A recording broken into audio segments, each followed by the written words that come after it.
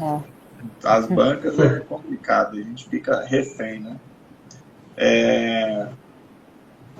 Aí, essa aqui, ó. Em busca domiciliar judicialmente autorizada, policiais civis encontram no apartamento, escondido no fundo falso do armário, dezenas de invólucros tendo cocaína, embalada para revenda. Então, embalada para revenda, qual que é o tipo penal? Tráfico. Tráfico, né? Embalada para revenda, esse crime é permanente? Ele tá Aí tráfico tem seus 8 verbos nucleares, né? E cada qual tem uma especificidade, mas grande parte lá representam a conduta permanente. Por exemplo, Igual esse aqui, por armazenar. exemplo, né? Nesse caso tá em depósito, alguma coisa assim, né? É, Sim. É, exato. Aí esse aqui, então, é permanente, né? sim. Ó, bem como um pacote tendo cocaína compactada, destinada a embalagem de porções menores, material que pertencia ao ocupante do imóvel, preso em flagrante delito. E no mesmo esconderijo estava a lata de solvente orgânico, que é o tal do thinner. O thinner é considerado droga para fins da portaria da Anvisa? Não. Eu acho que Que nem é não. Então, utilizado então para beleza. pintar a casa, entre outras utilidades, né? Sim, Necessariamente ele isolado não é uma droga. isso mesmo. A não ser que ele tenha um contexto de ser uma droga com a finalidade de produzir alguma droga, né? Ele seja É matéria-prima, questão da aliás. comunicação, comercializar alguma substância, algo mais ou menos nesse sentido. Isso mesmo. Ó, aí, destinado à inalação do detido, que é ocupante do imóvel. Até aí não tem tipo penal, então, nesse caso, né? Com o aprofundamento da investigação, constata que o proprietário do imóvel, mesmo ciente que as drogas seriam armazenadas naquele local, alugou o imóvel detido, razão pela qual resta também indiciado. Aí, olha só, o proprietário, quando ele aluga para uma pessoa usar droga, vocês lembram esse tipo penal? Quando ele aluga, E de É, drogas também. isso, porque você tem É a seguinte equiparado, né? situação. Você tem a seguinte situação, ó. Você tem a situação do cara que o 33, parágrafo 33 caput, eu vou botar 5 coisas aqui, ó. Caput é o tráfico, parágrafo primeiro é o tráfico de matéria-prima, não é isso? Parágrafo sim, segundo, se eu não tiver equivocado, ele é induzir e instigar, né? Parágrafo terceiro, consumo compartilhado. Parágrafo quarto é a redução. Então, no parágrafo primeiro, tem a matéria-prima e tem esse negócio de você ceder a casa, não é isso? Deixa eu pegar esse sim. tipo penal lá. Lei Drogas.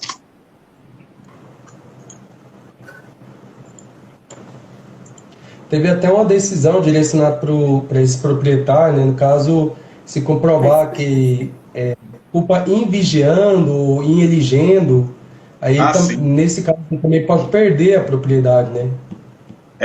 Exatamente. É porque ele agiu culposamente. E aí, para fins de direito administrativo, de expropriação, aí ele incidiria, então, aquela hipótese constitucional lá das glebas, né, que foi até alterado, não é mais gleba, é qualquer localidade que possua droga, né? E aí, Uhum. aqui na figura equiparada, nós temos utiliza local ou bem de qualquer natureza, de que tenha propriedade, posse, administração, guarda ou vigilância, né? Quer dizer, é o caso dele, né? Que ele é proprietário, então ele está usando isso aí. E nesse caso, então ele responderia por esse tráfico, artigo 33, parágrafo 1º, que é o tráfico aí Equiparado. equiparado, né? E é hediondo, é equiparado a hediondo, esse parágrafo 1º? Sim. Sim. Isso. Quais são os crimes equiparados a hediondo da lei de drogas? 33 caput, parágrafo primeiro, o 34, o 35 é da associação, ele não é, né? O 35 é da Não. associação? 35 é da associação, igual você falou, e ele não é equiparado, é Não. verdade. O 36 que é o financiamento, se não me engano. 36 é o financiamento, ele é hediondo. E é o que tem a pena mais alta, acho, né? Financiamento. Isso, 5 a 15 anos, né? A pena dele é a mais alta. Deixa eu só conferir. Acho que o tráfico é que é 5 a 15, né? Ele é 8 a 20 anos. É. Então, E o na verdade, 37 eu acho que é o colaborador, né, professor? colaborador, né? 37 é o 2 a aviãozinho, 6, né? 37. O aviãozinho. Então, aqui ficaria o seguinte, ó. Ficaria o caput do 33, o parágrafo 1º do 33, o 34, que é o tráfico de maquinário, pela palavra, pelo nome, tráfico, é bem tranquilo de aceitar, e algumas pessoas aceitam o financiamento, mas não é algo consolidado, não. Porque o financiamento, na verdade, ele não seria tráfico no sentido da palavra, né? Aí por isso que tem essa discussão. O 35 é de boa. O 37, igual você falou, colaborador é tranquilo, os outros tudo tranquilo, né? Sim. Aí, olha só, verifique o contato de estabelecimento entre o ocupante e o proprietário decorrer de uma eventualidade, sendo o aluguel firmado por poucas semanas, né? Então, quer dizer, você tem aí, quais os tipos penais você teria? Tem o 33, parágrafo 1º. Tem o tráfico, né, que também, do agente, no caso seria o 33. Isso. Então, 33 e o parágrafo 1º. O 33 parágrafo 1º, não é isso? Isso. Aí você fecharia a questão de boa, né? O time não é nada mesmo, né? Ó, agora vamos aqui, ó. Uma jovem, ao sair da faculdade à noite, é rendida por um homem que a estupra brutalmente, proferindo-lhe várias ameaças. Ela aproveita de uma distração do bandido e, temendo por sua vida, ela emprega fuga, corre desesperadamente. Ao atravessar a rua, é atropelada por um veículo que passava no local. Ela morre imediatamente. Na qualidade de delegado, qual que é a tipificação que você colocaria nesse caso? Tentativa de estupro. Tentativa certo. É que aqui falou, estupra ela brutalmente, no caso. Né? Ele estuprou? Então estupro consumado. Isso. Então, não vai responder pelo homicídio. Rompeu o nexo. Porque, na verdade, olha só, né? Você corre o risco de lembrar daquela concausa concomitante, em que alguém atira numa pessoa na rua, a pessoa sai correndo, e aí o carro bate na pessoa. Então, ali você tem uma previsibilidade, e você tem uma atuação do agente que faz a pessoa correr numa rua movimentada, né? Então, você pode vir a tentar imputar isso ao agente como uma causa concomitante, uma causa simultânea. Só que nesse caso aqui que está falando, é que ela viu que o cara estava distraído. E por isso ela foi e correu. Né? Então ele estando distraído, gerou o quê? Gerou uma situação em que ele não responderia em tese aí pelo resultado que foi causado, que é a morte dela. Né? Foi então a concausa aí que ela é independente. Né? Uma concausa independente. No caso, a única coisa que tem que dar é o estupro consumado. Isso, estupro consumado. O diretor de um presídio é informado por bilhete anônimo que um preso está trocando informação por correspondência com membros do bando para viabilizar a entrada de substância entorpecente no estabelecimento prisional, para traficar drogas. Então, entra com a carta para traficar drogas, né? Diante disso, o diretor intercepta uma carta fechada destinada ao detento. E após abri-la, ele lê no conteúdo, descobrindo quando e como dar o ingresso da droga. Aí, nesse caso, ele interceptou a carta com base numa informação anônima, né? A Laísa está na área aí, ó. E aí, como é que ficaria a situação? No caso, professor, temos regulamento próprio que permite, né, o diretor, tendo fundada a suspeita que o agente participa, que permita ao próprio diretor verificar as correspondências de detentos, presidiários. Agora, eu não Sim, sei a época, né, se esse era o entendimento, se essa lei estava vigente na época de 2012. então, tem a seguinte situação. O Rio de Janeiro, como é meio doido, né, a doutrina, eles pegam, às vezes, algumas coisas e fazem uma defesa própria. O que poderia vir numa prova? Apesar que a questão aqui, ela não tinha outra alternativa, porque as alternativas estariam muito ruins, né? É igual, por exemplo, praticou crime tanto no Código Penal quanto em outra lei, responde por anos em concurso formal, né? Então, coisas muito absurdas. Mas você poderia colocar aqui, por exemplo, que, primeiro, é o Paulo Rangel que defende no Rio, mas aí é processo penal, isso aqui não é processo penal. Se fosse processo penal, a carta é inviolável e pronto, acabou. Entendeu? Ele defende isso, o que é bastante estranho, mas tá no livro dele de forma muito clara isso, entendeu? Quer ver? Eu pego aqui. Não sei se eu Mas na acho. LEP não tem permissão para o diretor do presídio abrir? Tem, só que aí ele vai numa leitura da Constituição. Paulo Rangel.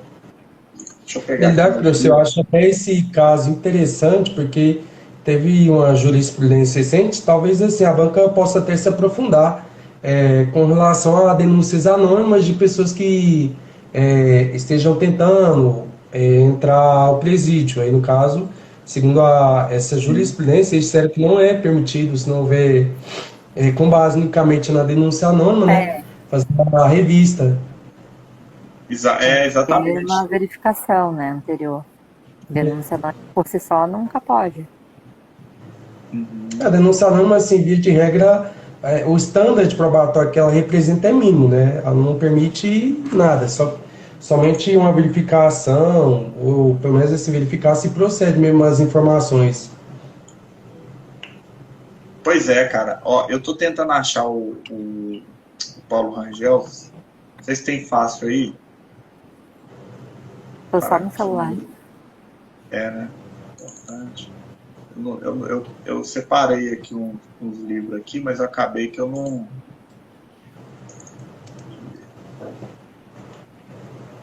Processo penal. Resumo. Eu quero pegar essa parte do Paulo Rangel, que ele fala, já sei onde eu vou aqui. Livros. Vou achar aqui, Paulo Rangel.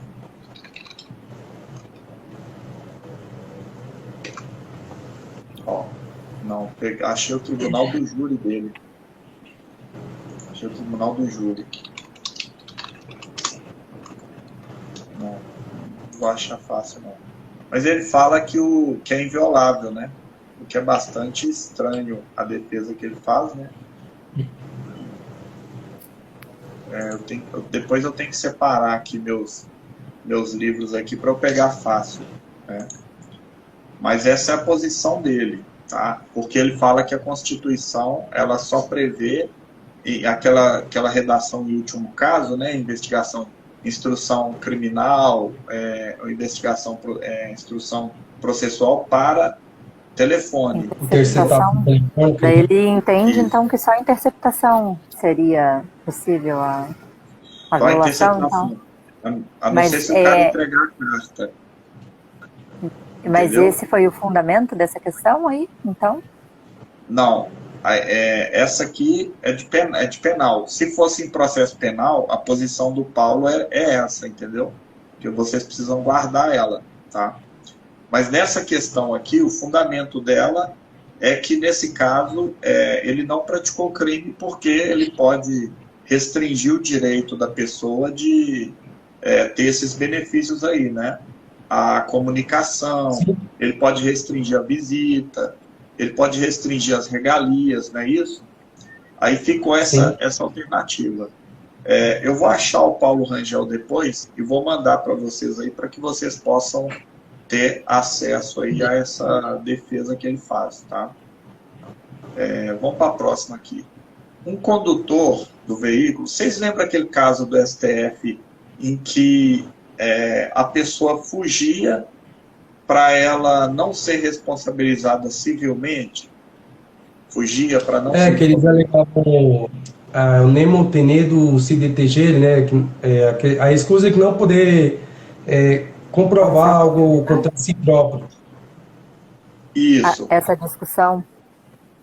Mas o crime Sim. é válido, é constitucional, né? Já foi julgado isso. Isso, foi julgado constitucional. E esse crime, o requisito é que o cara não cause lesão com o acidente dele, não é isso? Porque se ele causar a lesão culposa ou dolosamente e ele fugir, aí você já tem uma outra configuração, não é verdade? Então, para configurar esse crime de fugir à responsabilidade, ele não pode causar lesão, porque senão seria o quê? Omissão de socorro, uma série de coisas nesse sentido aí, não é isso? Então é esse tipo penal aqui, que ele conta a história de dois caras que o A bateu no B, o B machucou alguém. Você vê que o B, ele foi, na verdade, houve uma... Eu poderia até dizer, segundo a doutrina, que houve uma coação física irresistível aí, não é isso? Que eles geralmente, o cara empurrou o outro, mas aí eu estou falando de carro. Então, a pessoa fugiu do local. E aí eles queriam saber se o B... o A bateu no B e o B bateu numa pessoa. Se o B fugindo, ele praticaria crime. E qual crime seria, né? Se é lesão corporal, culposa, dolosa. O A provocou o acidente e foi o outro condutor que fugiu.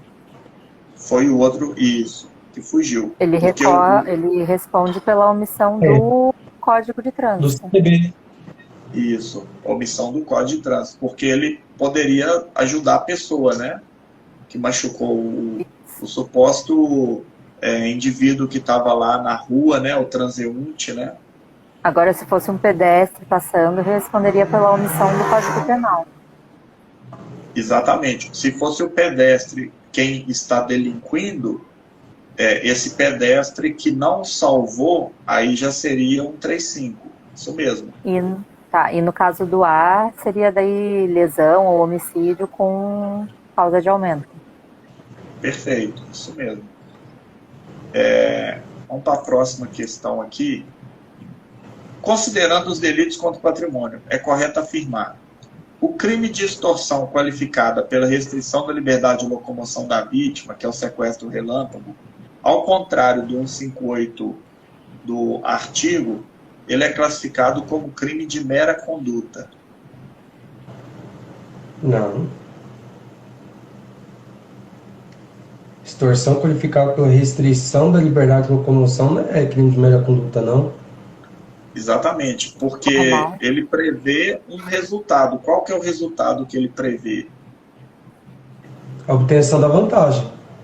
Ele prevê um constrangimento, a pessoa estar constrangida, e ele prevê uma vantagem devida, né?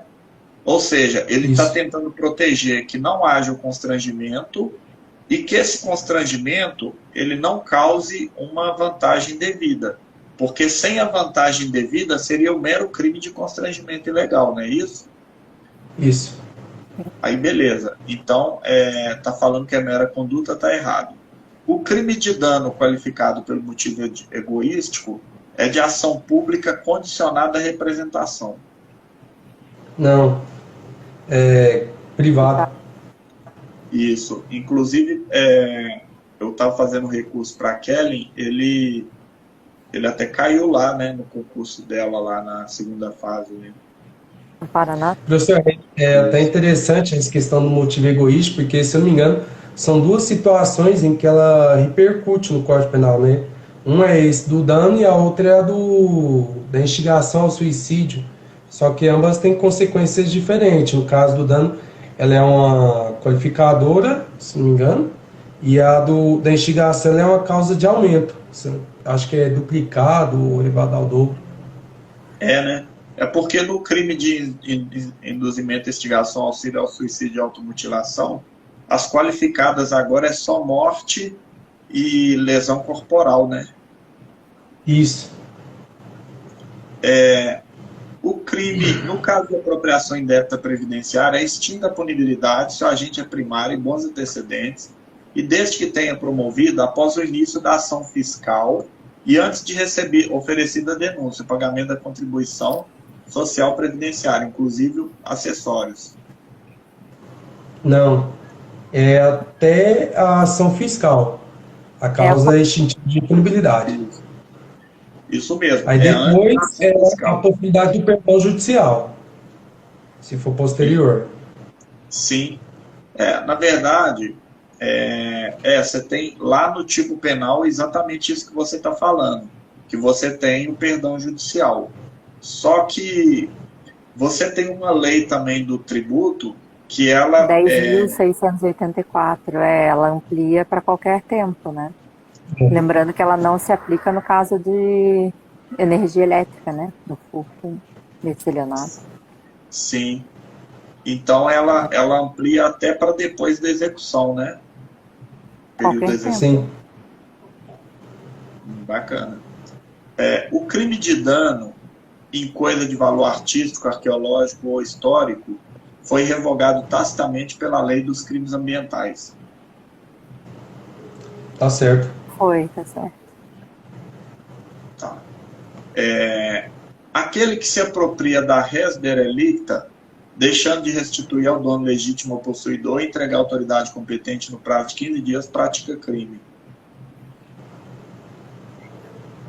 É um crime a prazo, né? Isso, é um crime a prazo. Ali, o problema é res derelicta, né? Porque tem res desperdita, res derelicta e res tem a coisa perdida, coisa abandonada e coisa achada. A coisa de ninguém. Oi? Tem a coisa, se eu falar derelicta, abandonada, e tem a coisa de ninguém também, não é? Res nullius, né? Res nullius, isso. Perfeito. Res nullius, res derelicta, res desperdita, né? Beleza. Uhum. Aí eles cobraram essa besteira aí, né? Que você vê, né? Esse caso não é essa, então. Não é derelicta. Não é essa, porque aí teria que estar res desperdicta. Isso aí vai agregar em quê, né? Os caras brincam demais, né, bicho? O erro é a falsa representação da realidade, ou falso ou equivocado conhecimento do objeto. Aí tá pedindo a errada, né? Letra A. Quando o erro do agente recai sobre existência ou limites da causa de justificação, tem o erro de proibição? Qual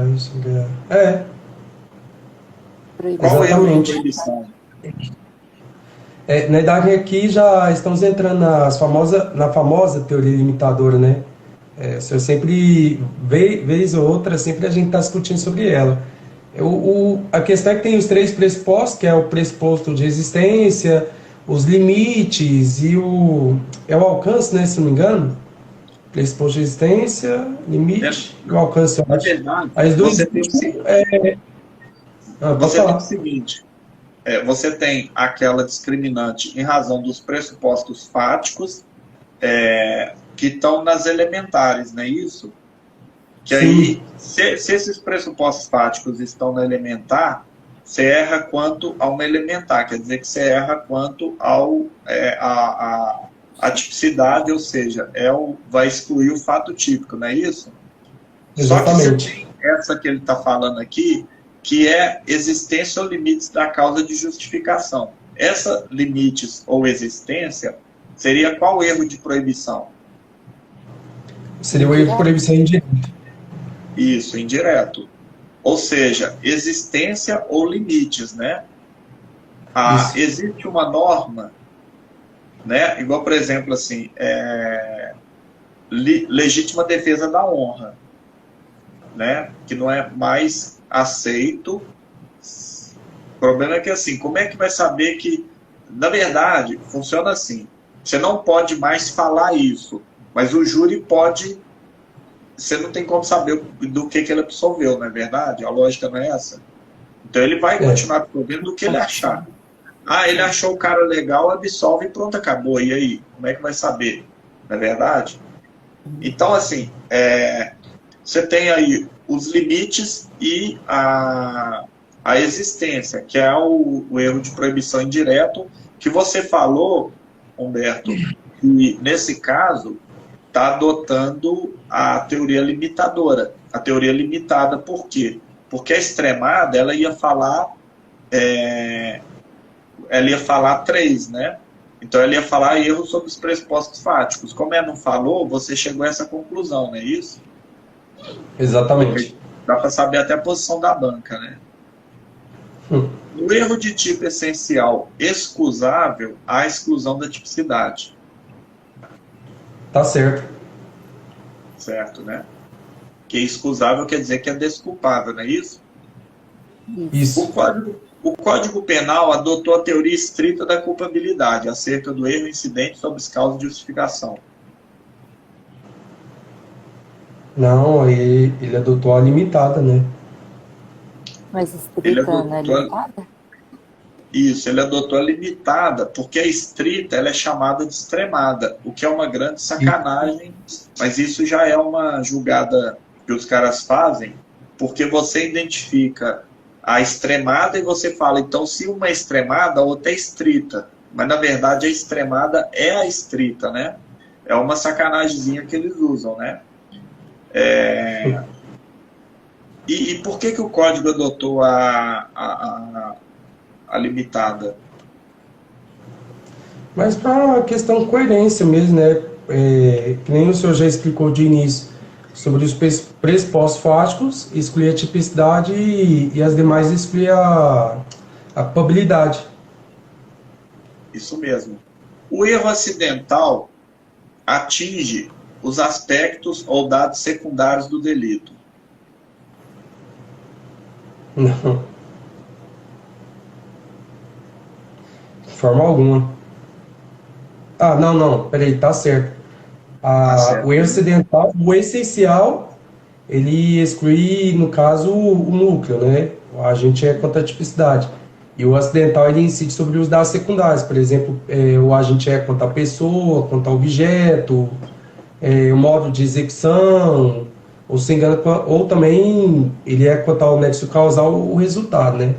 Que são aqueles famosos erro crimes, erro cause, aberratio ictus. Isso mesmo. É porque ele é um erro sobre aspectos irrelevantes quando você fala de uma elementar, né? Da existência do crime. São dados secundários ao crime. Por quê? Porque não vai extinguir o crime, né? Ele vai manter o crime, os dados essenciais. Os dados secundários, o dado essencial, ele pode extinguir o crime, que é o erro essencial.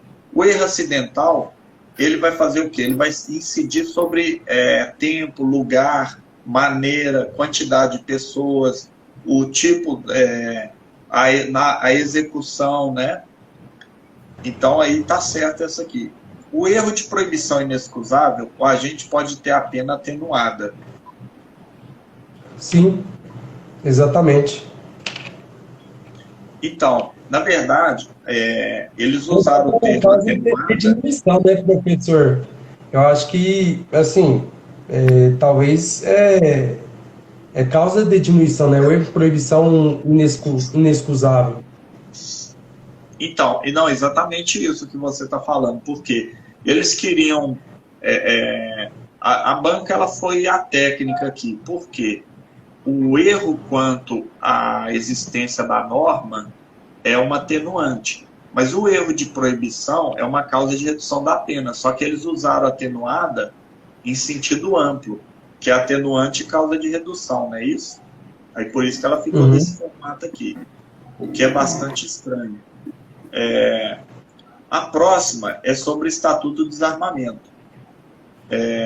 Entregar arma de fogo à pessoa menor de 18 anos configura crime previsto no Estatuto do Desarmamento. Tá certo.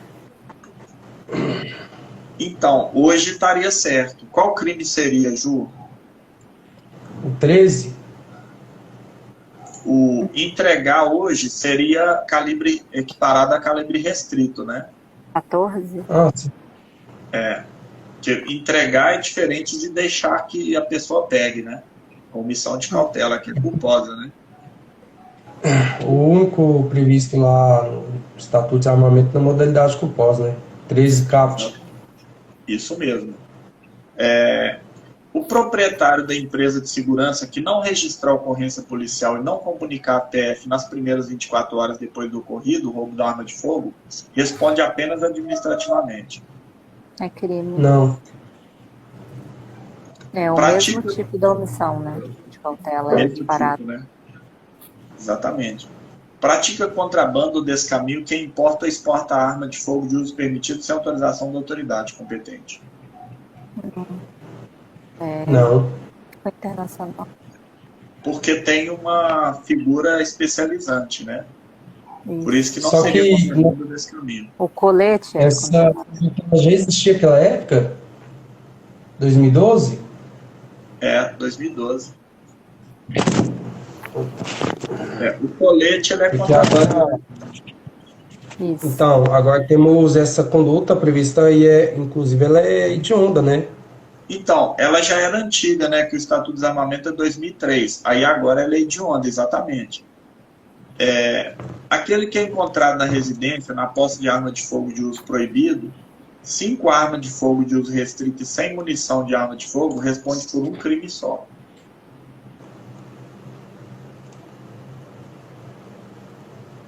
É posse. E aí, Graça, vai ficar gravada a aula. Como é que é, Ju? Encontrado na residência dele, isso? Sim. Já pegou? Sim. Não, mas é restrito e proibido são bem jurídicos diferentes, né? Ótimo. Permitido e restrito e proibido.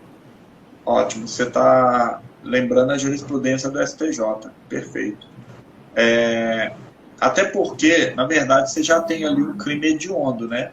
Que, tipo, ninguém pode portar, nem exército, tá proibida, né? Então, assim, não porque a do calibre permitido viola o SINARM, não é isso? Isso. Tem o SINARM e tem o SIGMA. Então, a outra viola o cadastro do SIGMA, que são bens jurídicos distintos. E tem ainda o calibre proibido, que não está em nenhum desses cadastros, porque sequer pode ser cadastrada, né? Calibre proibido é arma dissimulada e armas proibidas em guerras, convenções aí, né? E aí, Alice, transporte, tudo bem? Então, aí, essas aí, né? Essa aqui seria a resposta, parece, né? Mas ela está errada, né? Ao residente em área rural maior de 21 anos, ele pode conseguir o porte?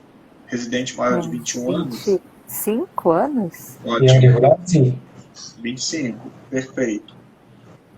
E esse da área rural aí é toda a extensão, né? Tem a jurisprudência.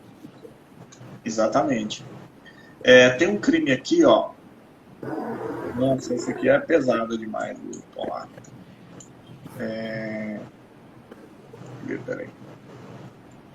Manuel pediu ao pai, recém-chegado aos 50, que adiantasse a legítima. Não foi atendido, pois ele sabia que Manuel se tornaria dependente de droga. Então dilapidaria o patrimônio como vício. Insatisfeito, aproveitando a viagem do pai, ele convidou Antônio e Joaquim, parceiro na utilização de maconha, a sacar do poder do pai as joias que herdara, pois com a venda lucraria R$1 milhão. Então, quer dizer, ele chamou os caras aí, né? Ele chamou os caras aí para... E aí, como é que tá? A Alice cumprimentou aqui. Então, assim, você vê que o cara, ele... É estranho isso, né? Porque ele ajuda outras pessoas a delinquir contra o pai dele de 50 anos, que quer praticar um furto, e no final é uma questão pessoal dele que não comunica aos demais, não é isso? O filho tem a escusa absolutória, né? Mas não comunica com os outros. Exatamente. A Madalena, amiga de Joaquim, pedindo e sabendo o propósito dele, ensinou a abrir o cofre onde as joias encontravam. Então, ela ensinou que... Ela ensinou ele, aí Vivi, minha irmã aí embaixo aí, boa noite. ela ensinou ele a delinquir, então, né? Assim, porque quando você furta, você pratica um crime, mas quando você abre um cofre, você o quê? Você usa a chave ou quebra, né? Assim, de qualquer forma, ela ensinou ele a violar um bem jurídico para subtrair, não é isso? Então, Isso. ela teria praticado, em tese, que eles entenderam que ela praticou o crime, né? Ela praticou o crime aí de auxílio, aí, pelo menos material, né? Moral. É até difícil de falar que auxílio que é isso, né? Porque geralmente o auxílio é com objeto ou induzimento e instigação, mas ela ensinou ele a roubar o cofre. Aqui ela praticou delito, então, não é isso? Para a banca que ela praticou, né? Manuel, para não ser descoberto, foi para o clube, né? Possibilitar de ser visto várias pessoas que dariam um álibi, né? O que é álibi? Um argumento para dizer que ele não cometeu o crime. Isso. Significa eu não estou ali, né? Em árabe, né? Antônio e Joaquim dirigiram para a residência do pai, local que primeiro abriu a porta com a gazua. Abrir porta com gazua, o que é? Boa noite, Graça. Abrir a porta com... Isso, abrir a porta com a gazua para furtar é uso de chave falsa, não é isso? Chave falsa. Não Possibilidade de Joaquim entrar e retirar... Oi? Como é que é, John? Eu nunca tinha ouvido esse termo, não. Gazua, né? Gazua. Portar gazua, você vai lembrar assim, cara. Portar gazua, tendo sido condenado por roubo ou por furto, é uma contravenção penal com o STF. Isso, o STF quebrou ela, né? Falou, não, isso não é mais contravenção, porque isso é direito penal do autor, né? Com medo de ser descoberto, Manuel solicitou ao amigo que guardasse temporariamente as joias, né? Pediu ao amigo para guardar a joia é crime? Ou no caso do amigo, né? Sim. Oi? No caso do amigo, guardar o proveito. Aí aquele favorecimento real. Perfeito, favorecimento real, isso mesmo. Após 2 semanas do ocupamento, elas foram transportadas para outro estado, por Pedro, a pedido de José, primo de Manuel. Só que nem Pedro nem José sabia que as joias eram produto de crime. Eles não sabiam que a joia era produto de crime. Eles respondem por algum delito? Nesse caso, não, né? Não sabia, pronto, acabou, não é isso? Beleza. Já em outro estado, as joias foram vendidas para Cláudia, que trabalha em joalheria, por um preço muito baratinho. Tendo recebido, e ela viu a origem ilícita, ela praticou crime? Receptação qualificada. Isso, exatamente. Então, assim, ficou essa dinâmica aí, né? A questão 14, né? Ficou aí, ó, Antônio e Joaquim na qualidade de autor, porque eles realmente botaram a mão na massa. A Madalena foi cúmplice por auxílio aqui. Furto qualificado. Por que qualificado? Por causa das chaves falsas, né? E não pode responsabilizar Manuel, José e Pedro. O Manuel, porque ele é filho, não é isso? O José e o Pedro, porque eles estavam carregando uma coisa que eles não sabiam o que era. E a Cláudia, pela receptação qualificada, não é isso? Aí ficou essa a fórmula. Sim. Assim, bem tranquilo. No final você chegaria a essa conclusão, porque não tem como responsabilizar quem não tem responsabilidade. Né? Pode ser que a questão é extensa demais, né? Às vezes ela vence pelo cansaço. Ela cansa, gente. Ela cansa mesmo, é foda. Ó, deixa eu ver quantas questões que tem. Tem bastante questão ainda, hein? De direito penal. E já são 20h44. O que a gente faz? A gente faz essa última aqui, né, Ju? E aí depois a gente marca uma próxima para a gente continuar, né? Não é não, Humberto? Tem que ser antes da prova, né? Então, vamos ver se amanhã, então, aí, se estiver de boa, mas a gente marca amanhã. Hein, Vamos. professor, acabamos de fazer essa questão que é crimes contra o patrimônio, né? Pelo menos aqui, furto, eu vi uma questão bastante interessante sobre a escusa absolutória, e que nem eu comecei falando com o senhor, né?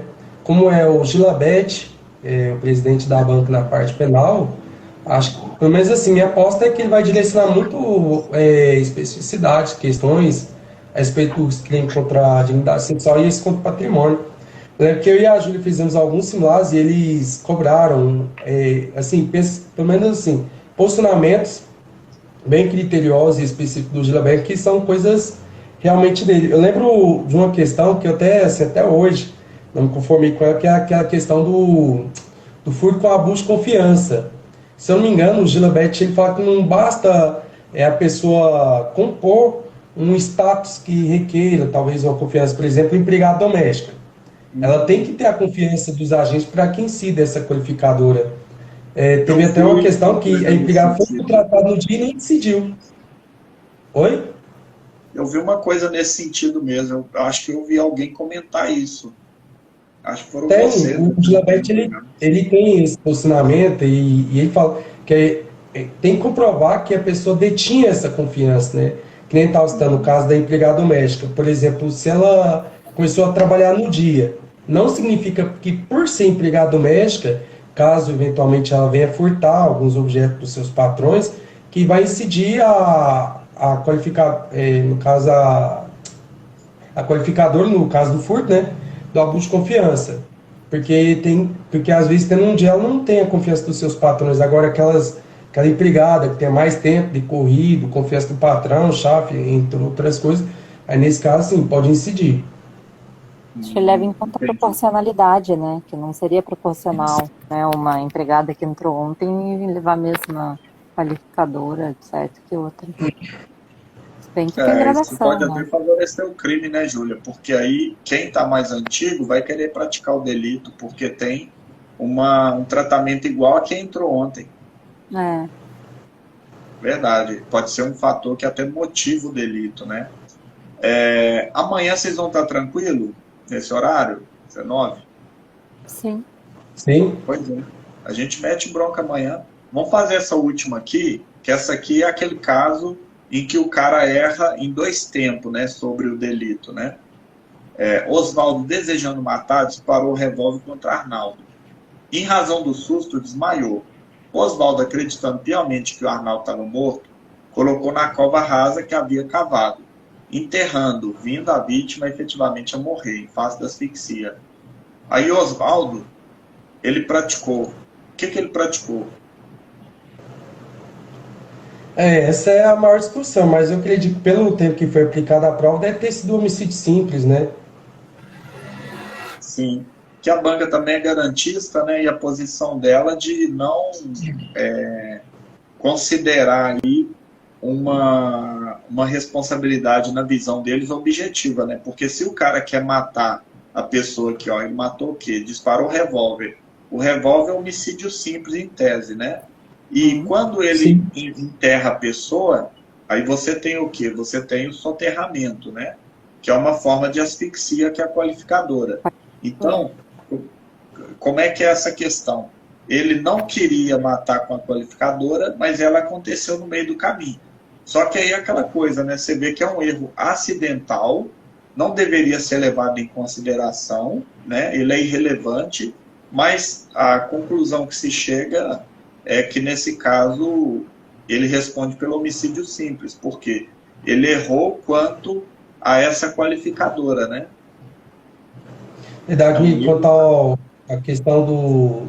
na verdade, assim, tem essa divergência na doutrina, acho que até a jurisprudência ainda não soube se aprofundar, a respeito da possibilidade de incidir a qualificadora, levando em consideração o erro quanto ao nexo. E é até interessante, acho que eu e a Júlia já resolvemos bastante questões disso, que trata do dolo geral e o erro sucessivo, né? Alguns falam que é a mesma coisa, outros falam que há diferença, levando em consideração a quantidade de condutas, porque num caso seria uma conduta só e no outro 2 condutas. Mas, via de regra, eles tentam levar em consideração a animosidade do agente, a conduta que ele acreditou que tinha alcançado o resultado, não o que efetivamente veio a alcançar, né? Exatamente, porque é igual aquela coisa. Uma coisa é que eles trabalham, a CESP ela fala que é a mesma coisa nas provas dela, mas a doutrina ela faz a separação. O erro sobre o nexo causal, que é uma situação que você não sabe qual é a causa que fez a pessoa morrer. Você sabe que ela morreu, mas você não sabe qual causa. E o outro é o dolo geral, que é o dolo que a pessoa tem dolo desde o início ao fim, só que ele vai se transmutando em razão da circunstância. Por quê? Atirou no cara com dolo de matar, só que aí o cara não morreu. Depois tem dolo de enterrar, mas aí o objeto, eles falam, faz aquela brincadeirinha de que seria um objeto que impropriamente impossível de sofrer aquela conduta, né? O que é extremamente estranho, né? Porque como que o cara tem certeza que a pessoa está morta, né? Mas aí fica nessa fórmula mesmo. Acaba que eles chegam a essa conclusão. A banca, ela é garantista, ela acabou chegando a essa ideia aí de que você então responderia pelo homicídio simples, né? O que, na questão da justiça, do justiça substancial, é extremamente estranho, mas é aceitável na técnica do direito, né? Sim. Mas você vê que a banca ela trabalhou duas questões de droga, várias questões de erro, né? Pelo menos duas que a gente viu, não é isso? Então, assim, isso porque a gente não fez ainda. A gente fez quantas questões? Não terminou o processo, acho que não terminou o penal, não. Se não me engano, são 20 essa parte aqui. São 20 questões, né? Acho que é 20. Pois é. 20. Então, e faltou 5 aqui, né? Deixa eu ver. 5. É porque tem uma que é maiorzinha aqui. Eu acho que dá pra gente. O que vocês acham da gente matar essas 5 rapidinho? O problema é que eu acho que vai agarrar. Vai dar um. O que vocês acham aí? Por mim, pode ser. Então vamos lá, vamos pra guerra então, né? Já que. Ó, Maria, amiga e cunhada de Paula, pois namora Carlos, o irmão desta. Maria descobre que está sendo traída por Carlos e conta para Paula. Ela sugere que Maria simule um suicídio. Então a mulher e a outra, as duas, eu estou sendo traída. A mulher vai falar assim, não, simula o suicídio. Aí o cara vai e ele vê ela caída na cama e com os pulsos cortados, e aí vê que ela está meio grogue, ele acha que ela morreu. Aí ele pega a faca e bate nela com a faca. Né? E, tipo, ele queria matar ela? Em tese, não, né? Ele queria o quê? Ele queria apenas desabafar, alguma coisa assim, né? E aí pergunta se houve crime, entendeu? Essa é a questão, basicamente, assim. Seria até de boa, né? Você entender por quê. Porque você tem que ter dolo para que você tenha uma conduta, né? E ele não tinha dolo. Apesar que, assim... o contexto fático, né? Ele se enganou quanto a... Jonathan travou. Fala, John. John travou. Vamos lá. Mas, enfim, igual o John falou aí, ele vai voltar. O erro de tipo, né? Porque o cara achou que a mulher estava morta. Apesar que ali, assim, falar que o cara não pode responder por crime algum, pelo menos ele maltratou o cadáver dela, né? Então, assim... Isso, pelo menos esse dolo ele tinha, né? Não tem como falar que ele não tinha, né? Vamos adicionar o John aqui, de novo. Mas você vê que o direito é complicado, né? Os caras levam o negócio. Só que aí você tem que, quando é assim, você tem que ir pela exclusão, né? Eu mandei aqui pro John. Vamos passar para a próxima aqui. A próxima é lavagem de capitais, né? Otto, a fim de dificultar uma investigação, depositou vários cheques de terceiro, recebido como produto de concussão da qual participou, em conta corrente de 3 empresas de sua propriedade, que esperava ter acesso. A conclusão é o quê? O cara deixa eu chamar o John de novo aqui. O cara, ele recebeu dinheiro de concussão. Ah, eu chamei ele aqui. Vamos ver aqui se ele descarregou. Ele está no PC. Nossa, John. Então, assim, para evitar que ele fosse pego, o que ele fez? Ele mandou para os laranja. A interposta pessoa, né? Mandou para o laranja, vai acontecer o quê? Aí pergunta aqui, se ele responde por favorecimento real e lavagem de capitais, você vê que quando ele pega o dinheiro aqui da concussão, pelo PC não dá não, John, infelizmente. Peraí. A Graça, ele responde por qual crime? A Graça está perguntando. Lá na frente, Graça, na banca aqui do Rio, ficou que ele não responde por nenhum crime, mas ele poderia responder por vilipêndio de cadáver, apesar dele não ter destruição de cadáver, aliás, tá? Ele, assim, na vida real, mas aqui a banca ficou desse jeito aí, porque o Rio é diferente as coisas. Mas aí, olha só, nesse crime de lavagem de capital, se o cara pegou dinheiro da concussão e botou no bolso, ele não pode responder por favorecimento real, porque ele está usando um dinheiro que ele lavou para uma finalidade ilícita, né? Então, tipo, seria no mínimo autolavagem. Então, essa primeira aqui, ó, favorecimento real, lavagem de capitais, não, só lavagem de capital. 2. A figura da lavagem de capital é caracterizada pela ocultação e dissimulação da origem. Tá certo. Localização, disposição, movimentação, propriedade dos valores respectivos, proveniente direto ou indiretamente da infração penal. Tá certo, esse aqui tá perfeito. Se o reconhecido que o cara praticou lavagem de capital, resta excluída a participação no crime de concussão. Quer dizer o quê? Que não é possível ele praticar concussão e ele lavar o capital da concussão. Será que não é possível, não? É possível o crime antecedente e a lavagem, sim. Isso, tem um nome, inclusive, né? Autolavagem. Isso, autolavagem. Isso, self-laundering. Perfeito. O tipo de não reclama nem êxito definitivo da ocultação de simulação visada pelo agente, nem vulto e complexidade dos exemplos da requintada engenharia transnacional. É porque está falando o seguinte, que para ser lavagem de capital, e isso foi até entendimento dos tribunais, não requer uma sofisticação nas fases da lavagem, né?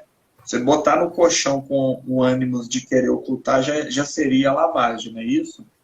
Porque é ocultar em lugar estranho, mas com ânimo de ocultar, né? Uhum. Vamos para a próxima, nós temos mais 3 questõezinhas. Ó. Um juiz encaminha a delegacia visando a instauração do inquérito em desfavor de um advogado, né? Porque o causídico, na ação de iniciativa privada, em sede de apelação, formulou protesto e crítica contra o magistrado, alegando que ele fundamentou a sentença em argumentos puramente fantasiosos. Resta comprovar na investigação, os termos usados pelo advogado foram duros e tinham aptidão para ofender a honra do magistrado, embora empregado de forma objetiva e impessoal. E o advogado, ele responde por algum crime aqui? Não, crime não. Pode responder Certo. no Conselho de Ética da OAB, né?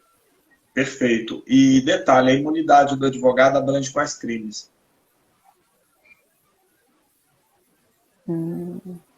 Em regra, injúria, difamação, calúnia, desacato não, né? Que o entendimento do STF, né? Calúnia, injúria e difamação.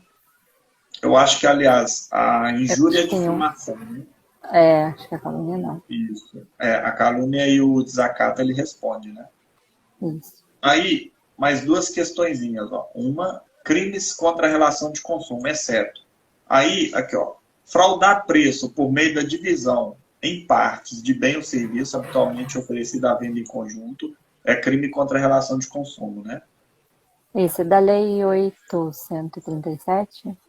Perfeito. A lei contra os crimes tributários, a ordem econômica e as relações de consumo, né?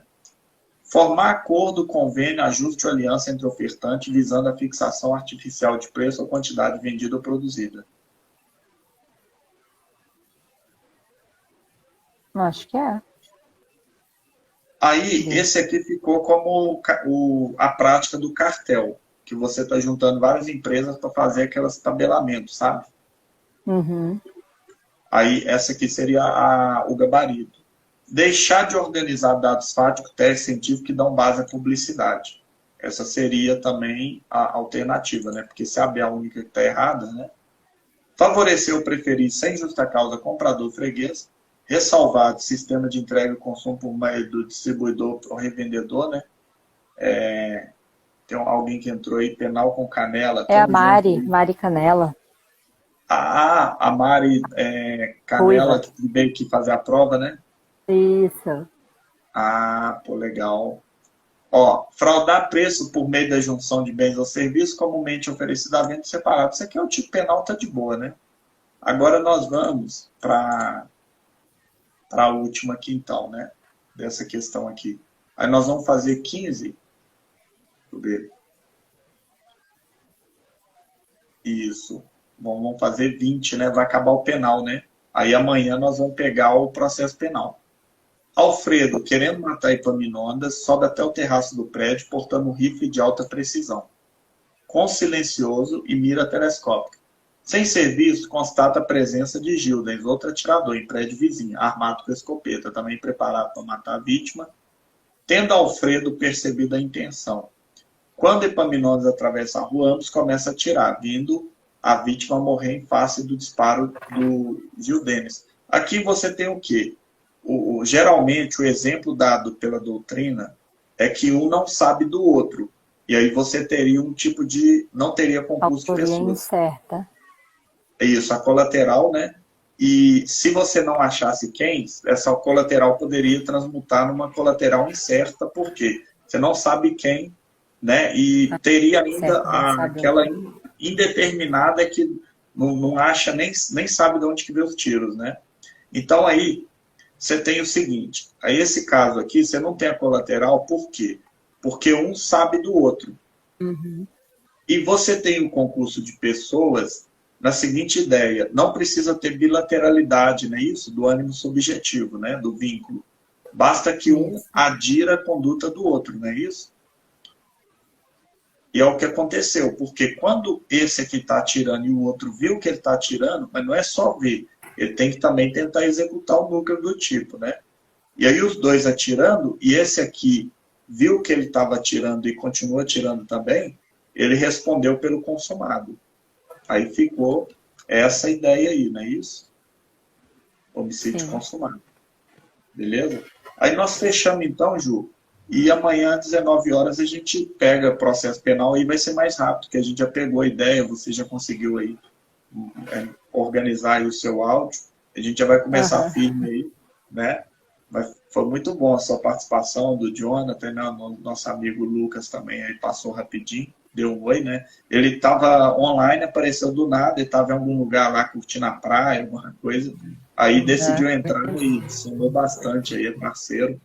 E aí amanhã a gente mete bronca, então, no processo, e talvez, dependendo da velocidade, que parece que eu vi as questões de processo são menores, a gente consegue acelerar e até pegar um pouquinho de administrativo, alguma coisa assim, tá? Perfeito, então. Beleza, então, Ju. Valeu, professor. Valeu, tudo de bom. Um abraço aí pra galera aí que acompanhou a gente aí. Até amanhã. Tchau, tchau. Tchau, tchau.